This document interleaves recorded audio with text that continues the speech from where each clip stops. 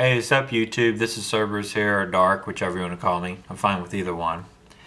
Needed an opinion a while back on the G5, my opinion. Decided to go ahead and do a review on the G5. In case you have any questions, maybe this video will answer it. If it does not, leave me a message or a comment. I'll be glad to help you with it. Anyways, when you buy a G5, it'll come in a box just like this. I do keep all my boxes for all my markers. Full detailed color manual. Does include the G5, of course, why not? Why buy a marker and it does not include in the box? Spare parts kit, enough for at least one rebuild on your G5 and a few extra. Consult this back of this card. It has your O-ring sizes in it in case you need any replacements from the manufacturer, which is Dangerous Power, of course. Allen key set, ball-ended, nice little set. Barrel sleeve, and a 13-inch 6/8 bore barrel. Nothing too fancy, but gets the job done. We'll put this off to the side.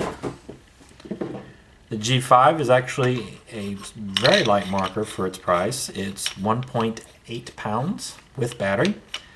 The operating pressure is 200 at 280 feet per second. Let's not get too ahead of ourselves. Let's get down to what it comes with. Features are RAPS ASA. Put that up there. Easy and simple ASA, not too complicated. Has you only really need to get in it if you get dirt or sand or O-ring breaks. Other than that, it's pretty much you don't ever have to get in it unless for those reasons. Nice stock trigger, by the way, probably one of the nicest ones. Is adjustable. I do like it a lot. It's a nice little trigger to play with. Back cap and bolt, simple maintenance, nothing too complicated. Now, it does come with a camping feed neck, a very nice one. Perks of Dangerous Power for the nice little feed neck. Has eyes, of course, just like most electro markers. So, and it's also macroless. That's one of my other favorite features. Now, let's talk about some of the other little features of the marker. Regulator is easy to operate.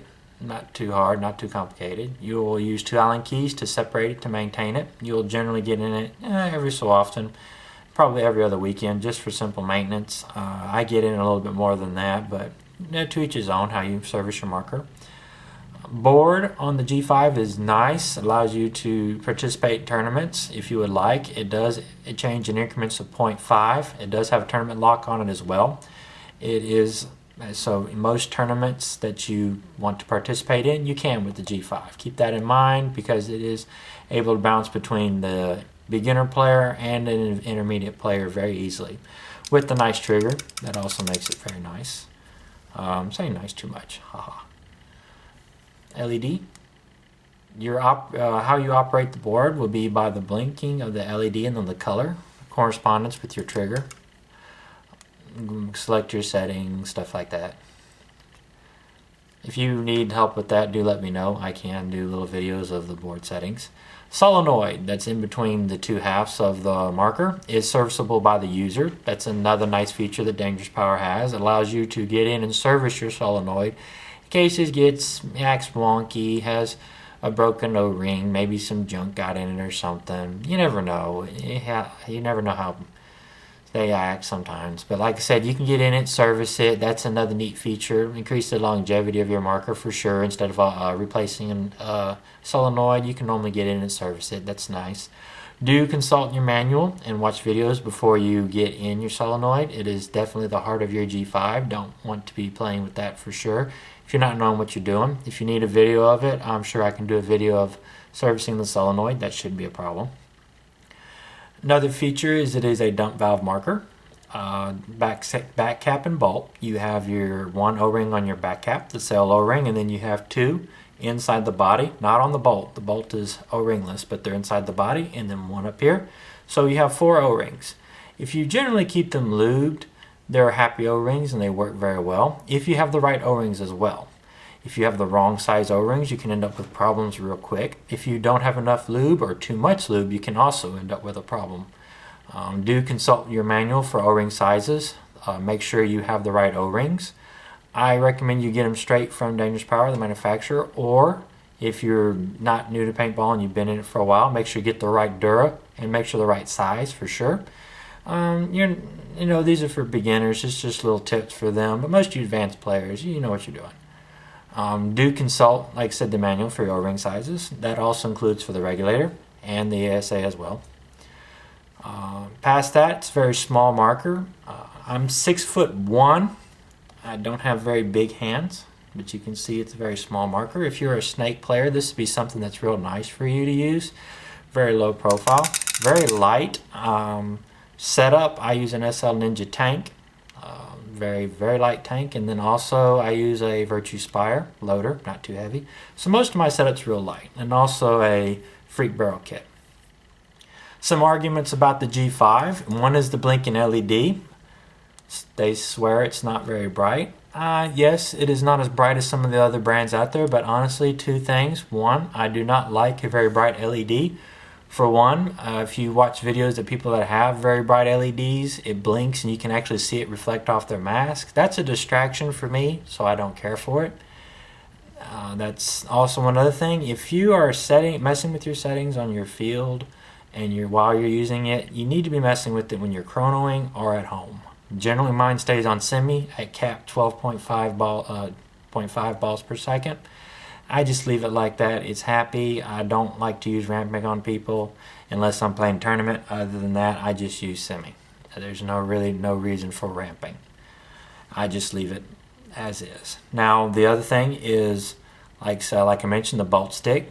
Make sure you have there's a happy medium between not enough lube and too much lube. I do recommend you to play with it a little bit to make sure you have it properly done right. Now, also, one big tip I can help you with, if you're playing for long periods of time, if you're playing just the average paintball day, generally you'll not have to do this, but if you're playing like a tournament or an all-day game, keep in mind that the dump valve, the bolt, and the back cap will begin to lose lube because of its constant movement. What I would recommend is you to unscrew the back cap, pull it out, and then lube the O-ring on the back cap. You'll see it on the stem that comes out, the sail O-ring. Then remove the bolt. Lube the bolt, the outside and inside, and put it back in. Generally takes you about 10 to 15 seconds, nothing too complicated. And you're going to do it about every 2 to 4 hours. Yes, some people are probably like, oh my gosh, I have to get in it that much. Well, when you're shooting a lot, yeah.